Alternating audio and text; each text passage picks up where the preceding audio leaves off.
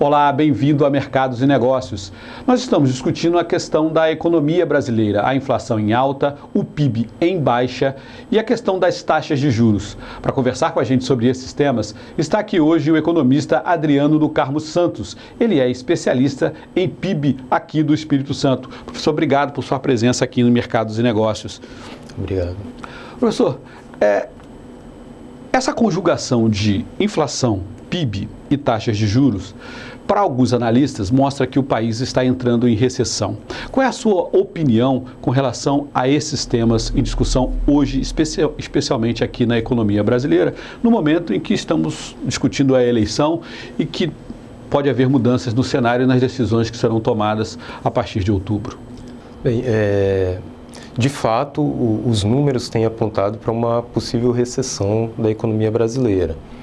O PIB que será publicado ao final desse mês, as previsões do mercado, tanto do Banco Central como do mercado como um todo, têm apontado para uma retração.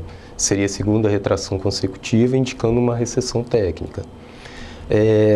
Por outro lado, a inflação, com o PIB em baixa e a inflação em alta, aponta para um cenário de estagflação, né? O que a gente chama de estagflação. A inflação, ela no acumulado do ano, no último mês, chegou a 6,5%. Isso está no teto da meta estabelecido no sistema de metas de inflação do Banco Central. O alvo da meta é o 4,5% e ela pode variar 2 pontos para baixo e 2 pontos para cima. No último mês chegou a 6,5%. Aliás, nos últimos 2 meses, o acumulado de 12 meses, em junho foi 6,52% e em julho 6,50%. Observando esse cenário de aceleração da inflação, o Banco Central ele tem procurado desestimular a demanda através da alta da taxa de juros, né? Na última reunião do cupom, essa taxa se manteve em 11%, mas ela veio aumentando há algum tempo atrás. Porém, existe a possibilidade de a alta da taxa de inflação não conter mais a inflação, porque pode ser que já não seja mais uma inflação de demanda. Além disso, o Banco Central ele tem adotado algumas medidas um pouco contraditórias. Ao mesmo tempo que ele veio aumentando a taxa de inflação, ele deu alguns estímulos à demanda. Por exemplo, o compulsório dos bancos, né, que é um depósito que todos os bancos têm que fazer no Banco Central. Para retirar dinheiro da economia. Para retirar dinheiro da economia, né, reduzir a quantidade de empréstimo para a economia. Ele estabeleceu que os bancos que não emprestassem aquele dinheiro que ele estava liberando não teriam o rendimento daquele recurso. Portanto, ele, de certa forma, quer estimular a demanda e, ao mesmo tempo, com uma taxa de juros um pouco mais elevada, restringir a demanda. Com medo se o país parar de comprar, a recessão é mais acelerada. Então, tem que achar um meio termo em que se cumpre na medida certa. É isso que ele está tentando, seria? Na verdade, essa política ela não fica muito clara para nós analistas, porque de um lado ele desestimula e por outro lado estimula, né? O argumento do Banco Central é que essas medidas não terão impacto na inflação, mas é um pouco difícil aceitar que ela não vai ter um impacto na inflação através do estímulo do consumo. Uhum. O senhor diria, do ponto de vista das tarifas públicas, né, que temos a questão da gasolina, que está retraída, a questão do setor elétrico, que liberou uma parte, mas ainda tem muito aumento para vir por aí, a questão dos transportes, que também está reprimida, que a gente vai ter que liberar esses preços a curto prazo, ou o senhor acha que o governo ainda pode administrar isso mais um pouco para segurar a inflação? Olha, eu acho que a médio prazo ele vai ter que parar de interferir tanto na administração desses preços. O caso da energia já deixa isso bastante evidente, né? O governo injetou recursos para segurar a tarifa de energia elétrica e conter a inflação. e acabou dando certo que a inflação no ano passado fechou em 5,9% abaixo do teto da meta, mas agora, antes mesmo das eleições, né, sim, presume-se que a intenção do governo era segurar até as eleições para depois soltar, né, esses preços, mas antes mesmo disso já foi obrigado a ter que liberar o reajuste das tarifas de energia elétrica. E isso deve ter um impacto bastante acentuado na taxa de inflação dos próximos meses, né? No caso, por exemplo, aqui da operadora aqui do Espírito Santo, o aumento vai ser de 22%. Que é um aumento pesado mesmo, levando em conta a taxa da inflação, IPCA, todos os índices. Sim, é um aumento bastante pesado, até porque o ano passado não teve aumento. Inclusive, se não me engano, teve até uma redução. Quer dizer, a gente tá vivendo aí um período em que a recessão está batendo a porta, mas o governo vai ser obrigado a liberar os preços, isso vai gerar mais inflação reduz consumo, isso pode acelerar a recessão. Eu estou fazendo uma análise correta ou a minha análise é muito pessimista, como diz o governo? Não, eu acho que ela é um pouco pessimista, até porque o governo tem mecanismos de política econômica para interferir nos rumos que cada indicador deve ter ao longo do tempo, né? Então, por exemplo, a questão da inflação, a gente tem, por exemplo, uma taxa de câmbio apreciada, né? Mas se o governo tenta manipular essa taxa de câmbio para baixo, né, os preços dos produtos importados ficam mais baratos. E isso tem impacto na inflação interna, porque muitos produtos são comprados externamente para ser vendidos na economia brasileira. E, inclusive, teria também um impacto na indústria e geração de emprego. Na indústria e geração de emprego. Ficaria mais barato para as indústrias comprar tecnologia, né, para os seus sistemas de produção.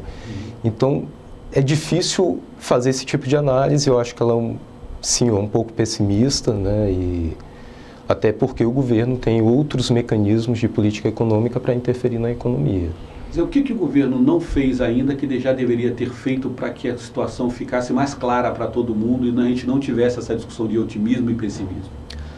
Olha, o governo teria que ter feito várias reformas, né, principalmente a reforma tributária, né, que o Código Tributário Nacional é muito antigo, desde o período militar, e de lá para cá ele veio sofrendo uma série de remendos, né?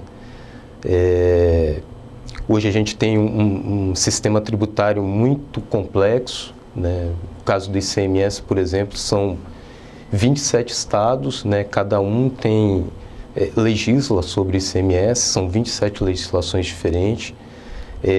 O governo, o tempo todo, utiliza o IPI, o Imposto sobre Importação, o IOF, para fazer as suas políticas econômicas, né? Tanto para influenciar na inflação, né, tentando reduzir a inflação, ou para influenciar na entrada de capitais na economia brasileira. E cada vez que o governo edita uma lei alterando esses impostos, a legislação fica cada vez mais complexa.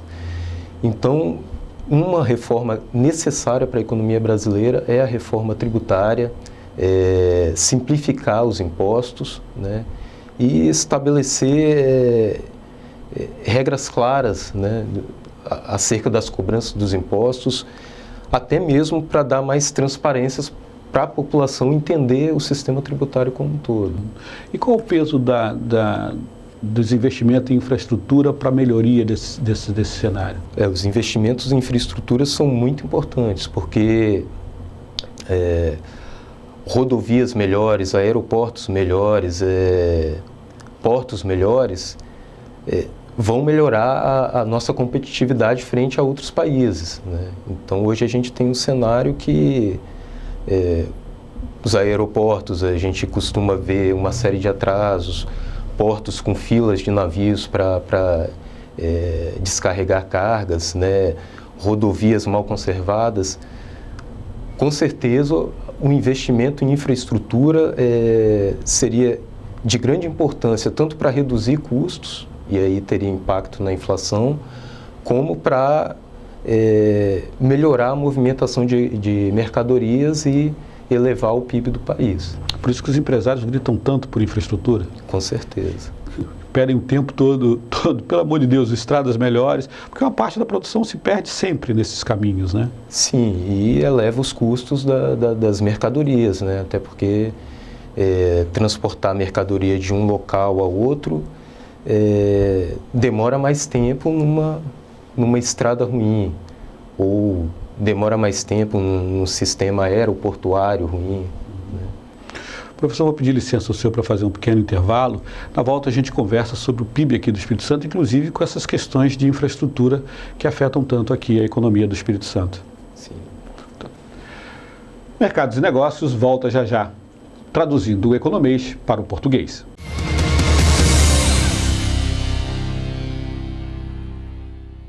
Neste momento, as equipes de Médicos Sem Fronteiras estão salvando vidas em mais de 65 países, levando ajuda médica às pessoas que mais precisam.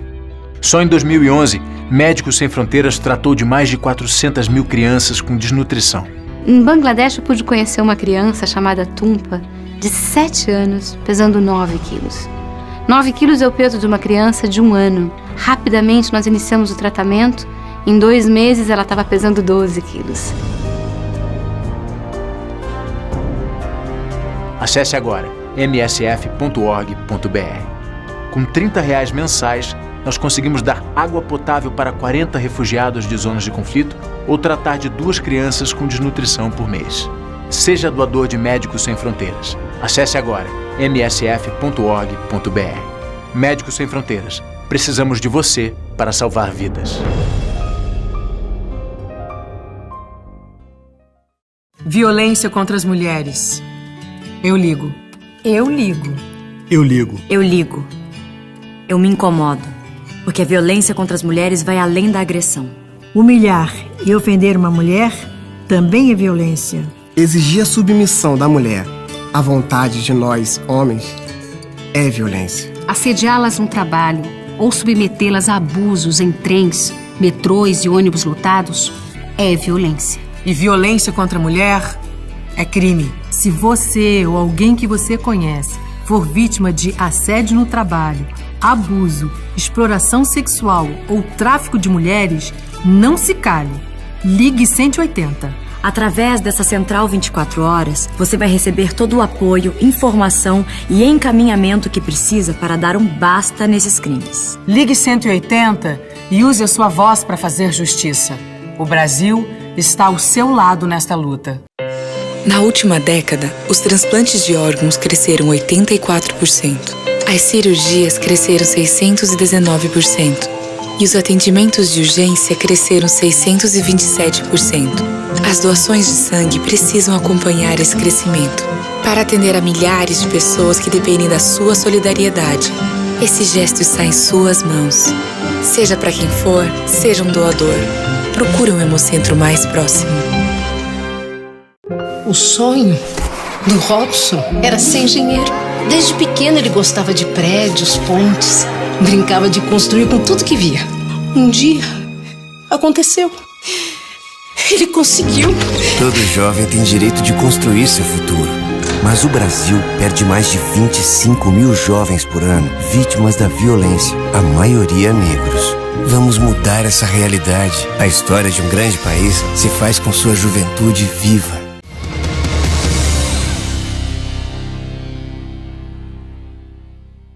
Olá, nós estamos de volta com Mercados e Negócios, que hoje entrevista o professor Adriano do Carmo Santos. Nós vamos conversar agora sobre a influência dos problemas na economia nacional aqui para o Espírito Santo.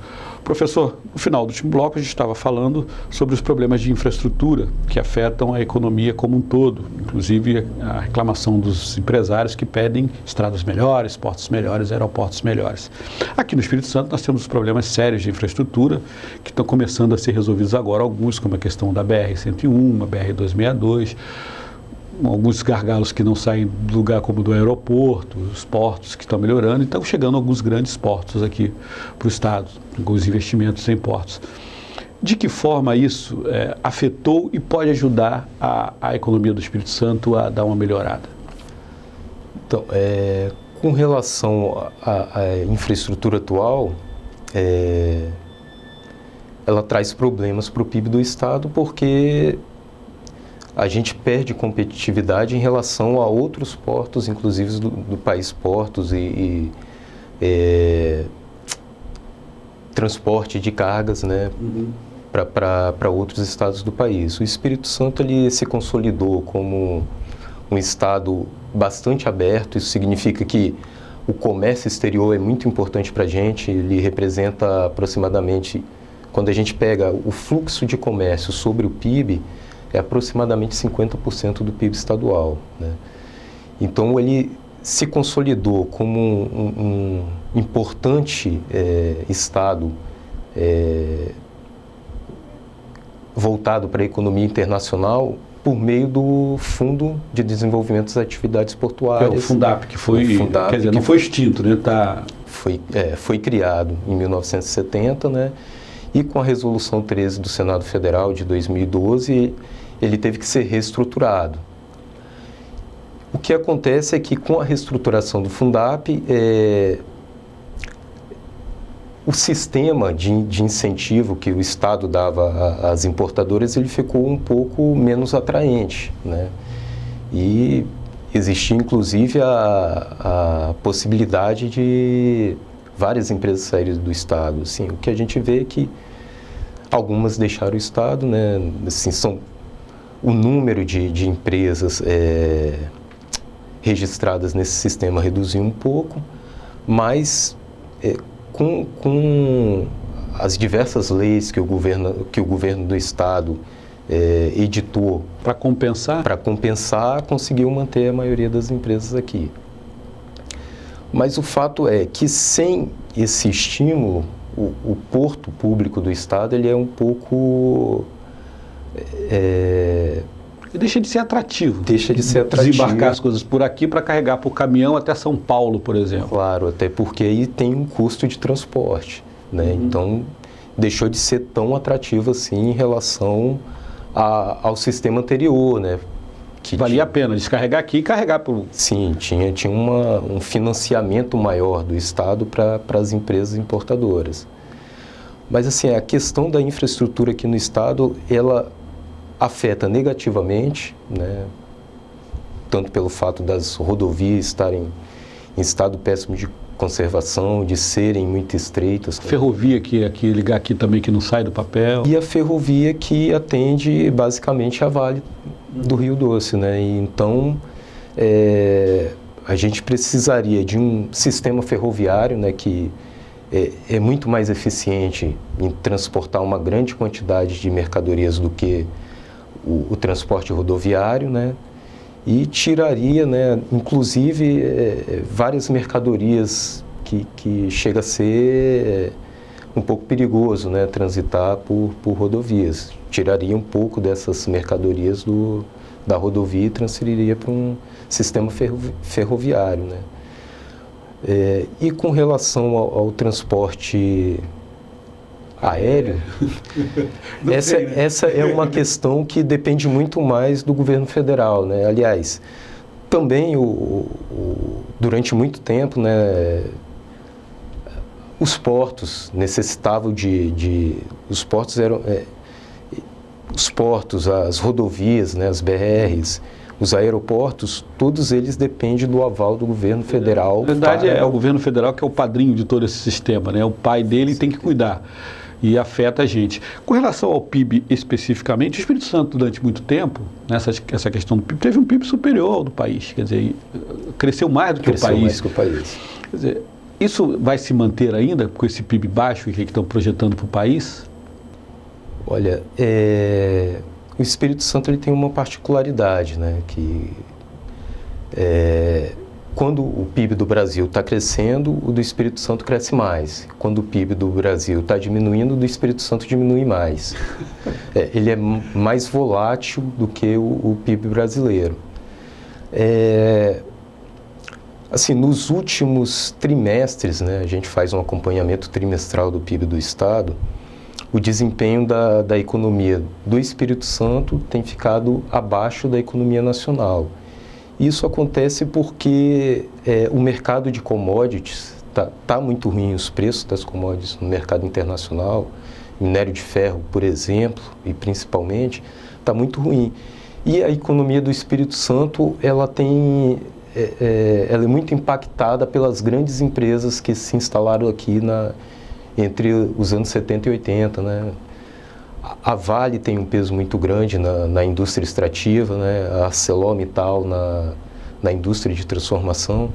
Então, se o mercado internacional estiver ruim para essas empresas, a tendência é que a economia do Espírito Santo tenda a cair, porque elas têm a indústria extrativa mineral e a de transformação tem um peso muito grande. E recentemente também a extração de petróleo não cresceu muito, né? A extração feita no nosso litoral, ela não cresceu muito. Na verdade, até sofreu uma pequena retração aí nos últimos trimestres. Então, com isso, o crescimento capixaba veio sendo inferior ao crescimento nacional. Ao longo do tempo, essa queda da indústria, ela veio sendo compensada pelo comércio, né? Principalmente comércio de veículos, motos, né? Só que nos últimos meses, né, a retirada, né, do estímulo através do IPI diminuiu também o comércio de veículos. E a taxa de juros subindo. E a taxa de juros subindo. E além disso, ainda tem a questão do Fundap, porque grande parte dos veículos comercializados pelo Estado era importado, né, pelos postos capixaba sob o abrigo do sistema Fundap. Então o Estado comprava e comercializava esses veículos, ou internamente ou com outros estados. Então esse comércio também diminuiu, né? Então a economia capixaba passou a sofrer tanto esse impacto aí do mercado, do cenário internacional ruim para as commodities, como também do comércio, né, que agora deixou de ter esses estímulos, né, e principalmente o comércio de veículos e motos e partes, que é uma parte significativa do comércio estadual capixaba. O PIB nacional está sendo projetado aí 0,79. O PIB nacional. O PIB estadual vai ficar mais ou menos em quanto? Você já tem uma estimativa que o senhor possa...